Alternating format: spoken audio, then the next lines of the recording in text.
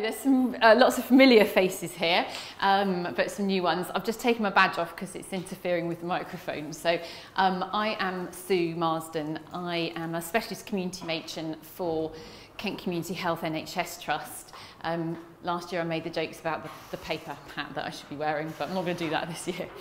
So I have come to talk to you a little bit about something called the Anticipatory Care Calendar, but mostly about actually the project. So last year, HECS, Health Education Kent, Surrey, Sussex, funded me for a 1 year, or funded us, for a 1 year project to look at trying to implement this thing called the Anticipatory Care Calendar into South Kent Coast CCG. And so this is very much about the project and how it's gone and hasn't gone and moving forward and things like that. So a little bit about what the ACC is. We're going to talk a bit about the ACC to start with, and then we're going to come back to it at the end if there's time, because what I'm really keen to try and do is, if people are interested, to try and get people logged into it, if you've got mobile connections or if you've managed to get onto the Wi-Fi, unlike me, because one of the things we've discovered in the project is one of the hardest things is getting people to register in the first place, and then so I've got a lovely captive audience. So the Anticipatory Care Calendar, that's better, is a free resource for any health and social care setting, supporting individuals with learning disabilities or dementia, and as we've discovered through working in the trust, actually it has a setting for people who have neither and perhaps who are just frail elderly living with long-term conditions. It is a surveillance tool. It looks at using a traffic light system, so somebody is either in the green, the amber or the red, and then there's a response framework that goes with those, the recognition of where that person is in the day. So you've all got a leaflet, there's some information about logging in to register, and then at the back here we've got some samples of the calendar if people want to have a look a little bit later. So the ACC is hosted by the Northwest Academic Health Sciences Network. They are known as the Innovation Agency, which just confuses me no end. And the tool was designed in the north of England. It was designed and it was held for a long time by Cheshire and Merseyside Cancer Care Network. And they have widely implemented in the north of England through they had a Strategic Health Authority grant. That shows how long it's been around, because they don't have strategic health authorities anymore. So it's been around for a little while and it's just had a big relaunch. The ACC was designed after the death of a young man called Robert. I would love to have the video in here. So Robert was a young man who had Down syndrome, and he lived with his mum and dad. And his mum and dad sadly died within a very short space of time. So Robert both lost his home because he moved, and his parents. And then after he had moved, he started to display some behaviours that were quite difficult and unexplained and quite challenging. And he got moved to an assessment and treatment unit. And there they gave him lots of medication to try and change his behaviour, and that didn't work. And then eventually one day a carer noticed that one of his testicles was black. And they wrote it down in a book. And then they did nothing. And then eventually somebody noticed the comment in the book. And by the time they had noticed the comment in the book, Robert had metastatic testicular cancer and was dying. He then unfortunately also had very poor care and poor decision making through the hospital, and then poor end of life care. So the local treatment team said, never again. We need to do something that gives people permission to look, permission to act, and is a way of looking at what's going on for somebody. The ACC is taught by free online training. It's all free other than your cost of downloading and printing. Not downloading, printing. And the idea is it reviews trends in health changes. You can use that information then to cluster information, present it to a GP, show them what's been going for somebody. You can show how treatment has changed something for somebody or not changed it. It helps pick up side effects. I'm a fairly strong advocate for it. And that's a little snapshot of what it looks like. It has changed slightly, and you'll see if you look at the demonstration things a little bit later in the day, and I'm hoping to have time to put them on a table so people can have a look. So the project. So South Kent Coast CCG was chosen by KCHFT as our project area. It is an area where there's quite a strong density of services, so it's a good place to go. It's not my local catchment. So we started our project actually this time a year ago. It was on this day. It was our first ACC day. We did initial scoping by the learning disability teams in the area to have a look at who the friendly services were. So who were the good managers, who were the services who were likely to want to take on a new project. And so we then started to approach them. We did that by cold calling. So I had to ring with my project assistant, who was called Paul, and we started ringing services to say, hello, you've never met us. Can we come out to talk to you about the anticipatory care calendar? And they go, what's that? So we got it down, well, I got it down fairly well to a, off pat, this is who I am, this is who I know somebody you know, you are a friendly service, we'd like to come and see you, please, it's free, talk to us. We went out, we did face-to-face visits, and it was all really, really positive. So we went out and visited services to demonstrate the paperwork and ask for a commitment to implement service. We've done presentations to locality managers from providers, KCC, KCHFT, safeguarding meetings, commissioners within Kent to say we want to drive this forward. So lots and lots of presenting, lots of talking to people at different levels. And, oh yay! Sorry, I was feeling really clever when I did this. Everybody we approached, everybody who we met with face to face said yes. So we had a number of providers. I'm going to lose the page because I'm going to forget where the last one is. One more. Yay! Right. So these are the providers so far that have made a commitment to say yes. Some have taken it on wholesale. Some have said, we will put this in every one of our services. Others have said yes and haven't managed to follow through yet, but we're working on it. So fantastic, absolutely brilliant. Really, really pleased. Those were the peaks. Now for the pitfalls. I need a little quicker. Project started in June 2016. The anticipatory care calendar went offline in November 2015. That's the right date. Came back online in October 2016. Project started in June. Spot the deliberate mistake.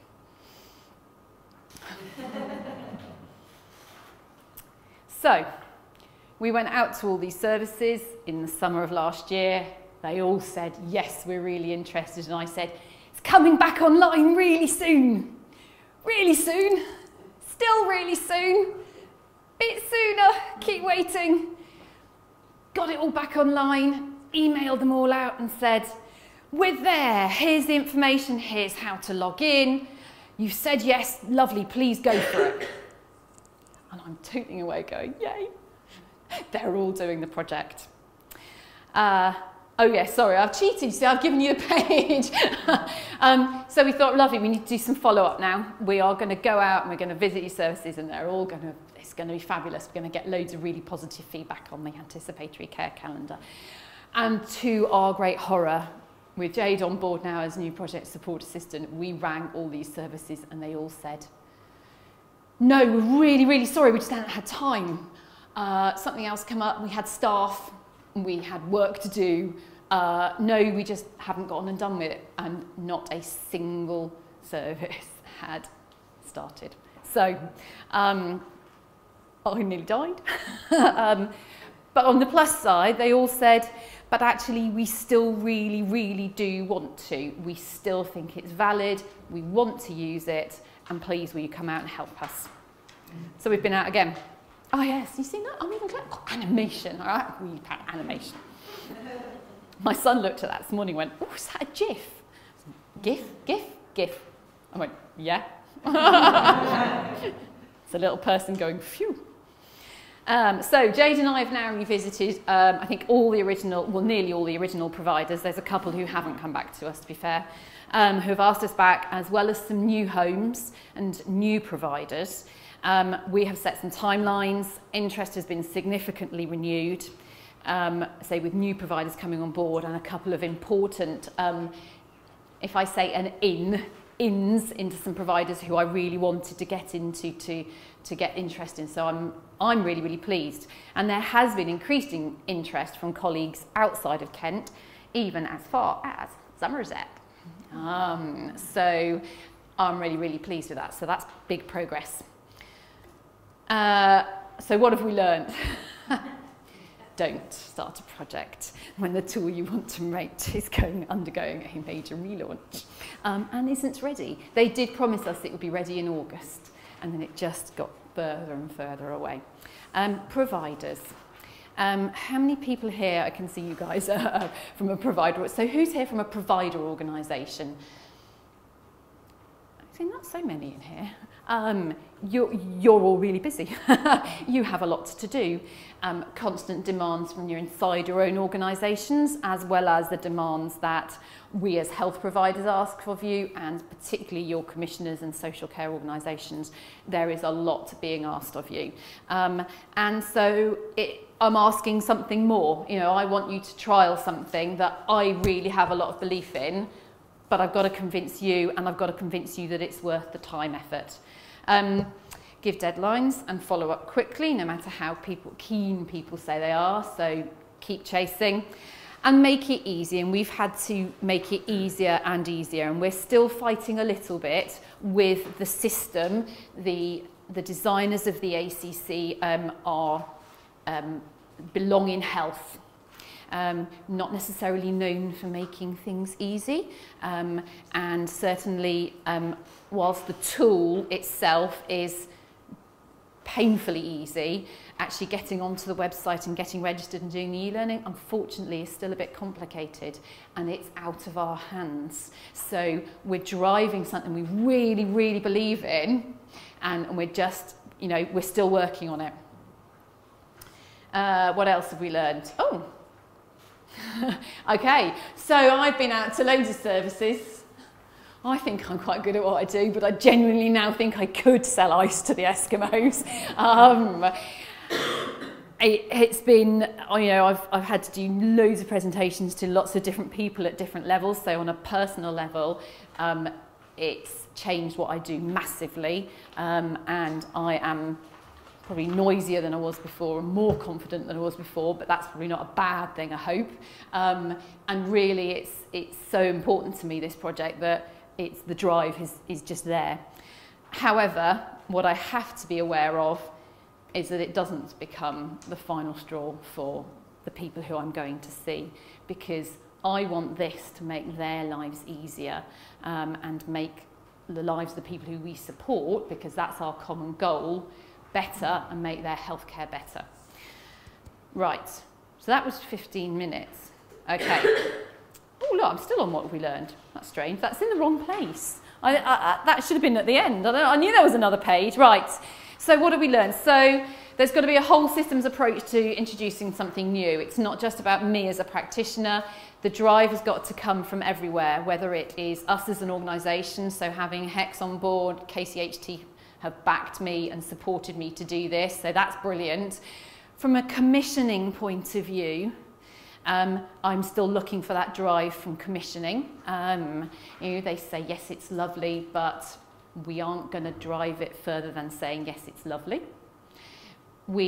I'd love to see a nationwide approach to this, and the AHSN, who hold the ACC, are still looking for evidence that it works and evidence of the projects to take back before they roll it out nationally. So I'm stuck in a little bit of a trap here, because I'm still fighting to roll it out locally. Project leads need to be fiercely organised, or have someone to organise them, and be totally driven. I can tick that one, I think. And there has to be a gain from it. You know, I genuinely think it's a really, really worthwhile thing to use. I have to be able to sell it to providers, and they have to be able to see that the gains for their service provider, for their service users, outweighs the additional work involved in doing it. And you really have to believe and understand what you're implementing. Okay, shall we have a go?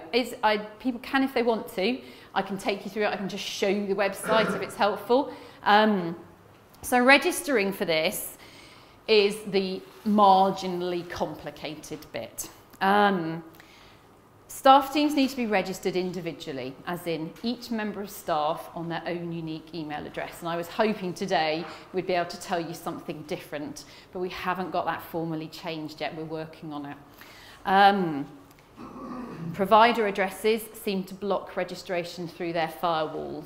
So if everybody's got an @ I'm going to cheat, I'm going to say MCCH. You don't work for MCCH anymore, David. That's just throwing me.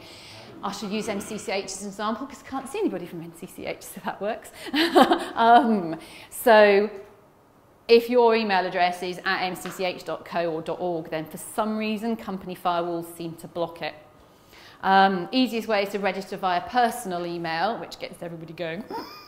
But actually you get a one-time response that simply confirms that you have registered, and you never get any further emails from anyone. I'm going to click on, just because I'm going to upset George because he's wanting to do that. Oh, where's my mouse? There it is. Right. Hyperlink. I've never used a hyperlink before. Dun, dun, dun. Yay. Success. Right. Because this is on a projector, it's not, I'm not very clever. Oh, look, I've just seen the little 100% thing. That's what I wanted earlier, isn't it? Oh, look. Right, so this is the webpage for the Anticipatory Care Calendar. The orange buttons explain a bit about the ACC, and then if you want to do the e-learning, you just click on the box that says e-learning, and then this one, I'm already logged in, I hope, because I logged in earlier. Sue Marsden, yes I am.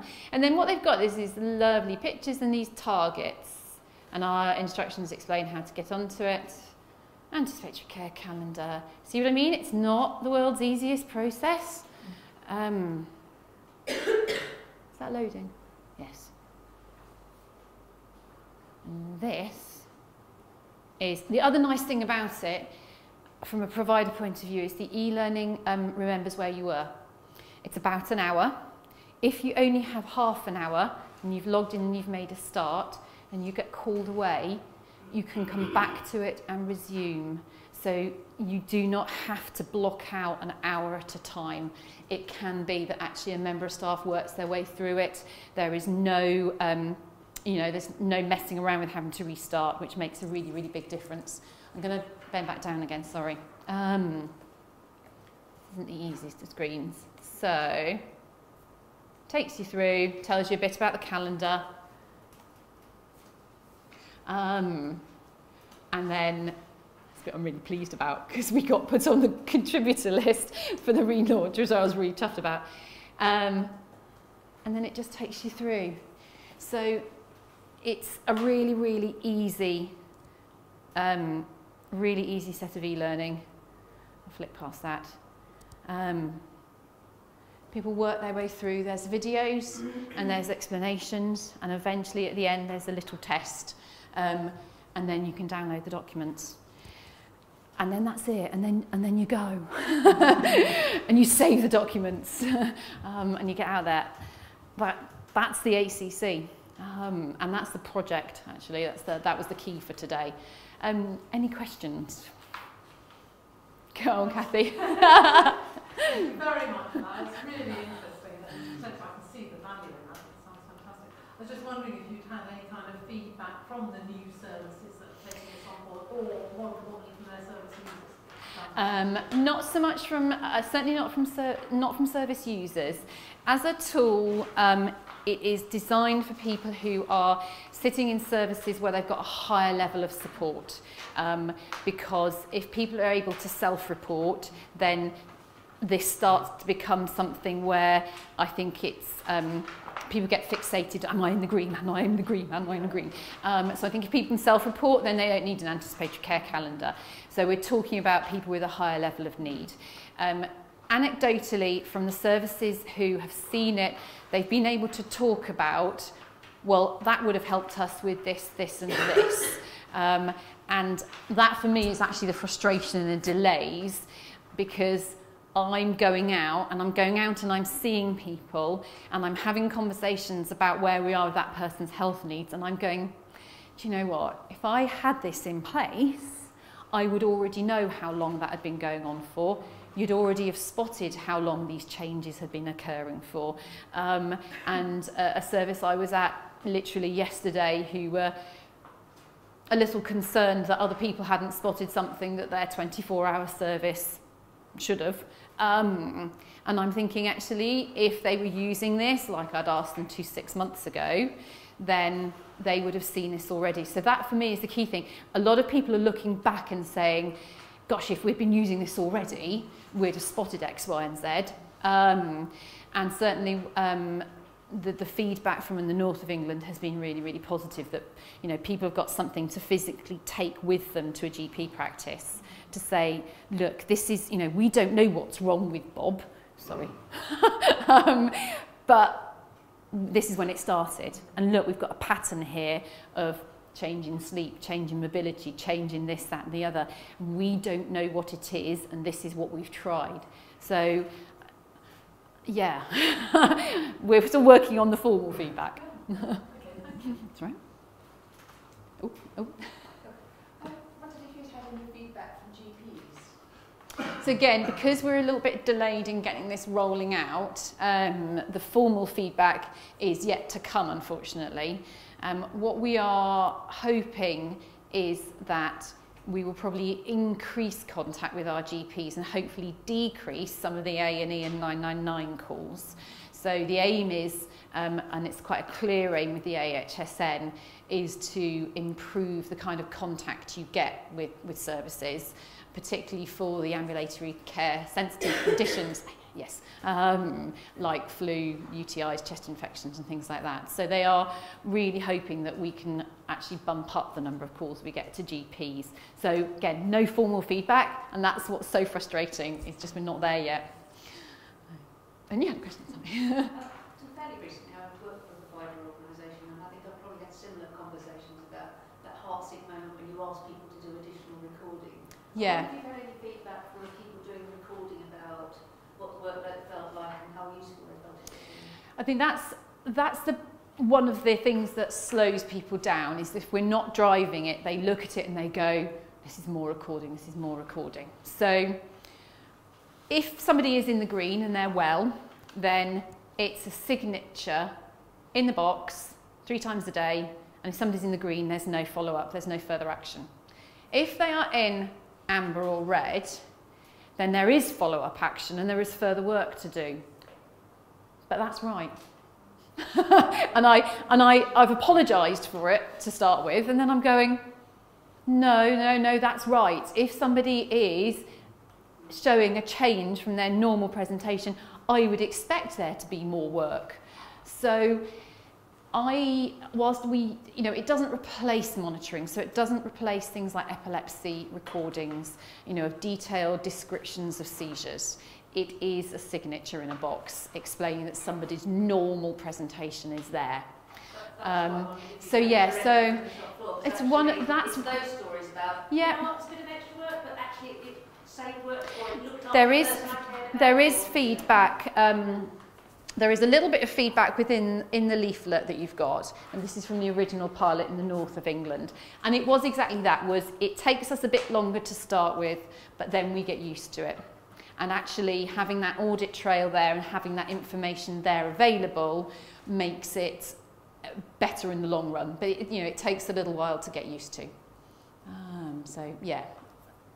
Any other questions? Oh, hello, David. Great presentation. I really enjoyed with that.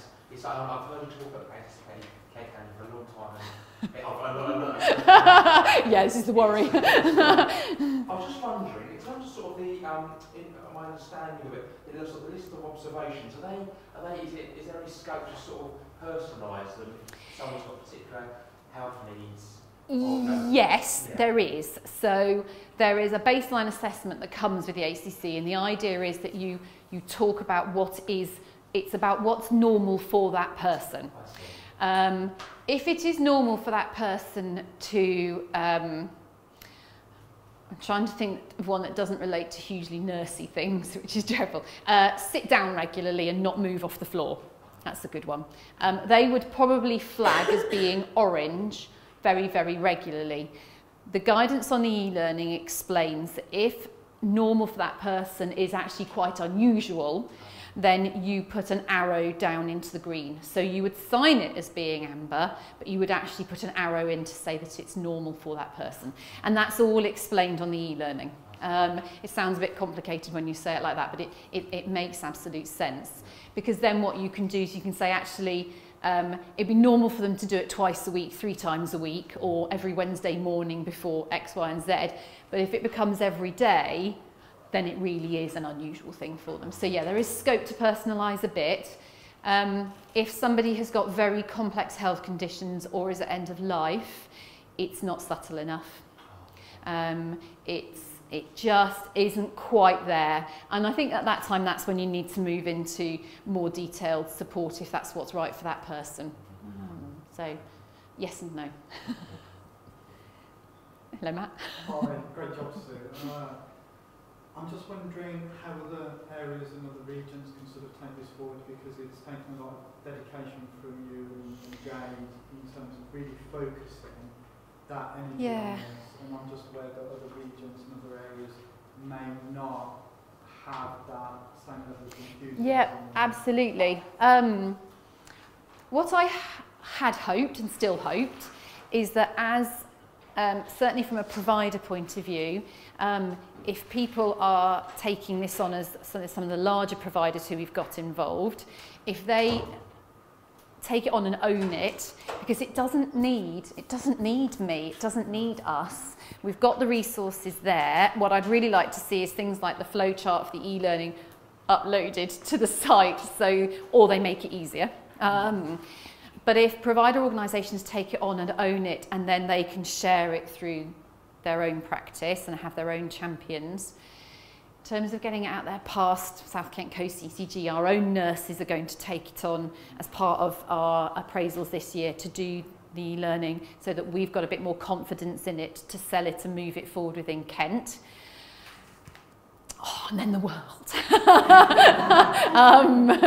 The AHSN really wants to do a national rollout, but they are very they're very medically based, they're very scientifically based, and they want evidence that it works. So what I need back from our providers is the data that says it works. These are even if it's anecdotal stories that says, you know, this helped us diagnose this, this helped us treat this, so that we can take that back and call for a national rollout. I'm staying in my job. Any other questions? No. There we go. Thank you very much. That was half an hour.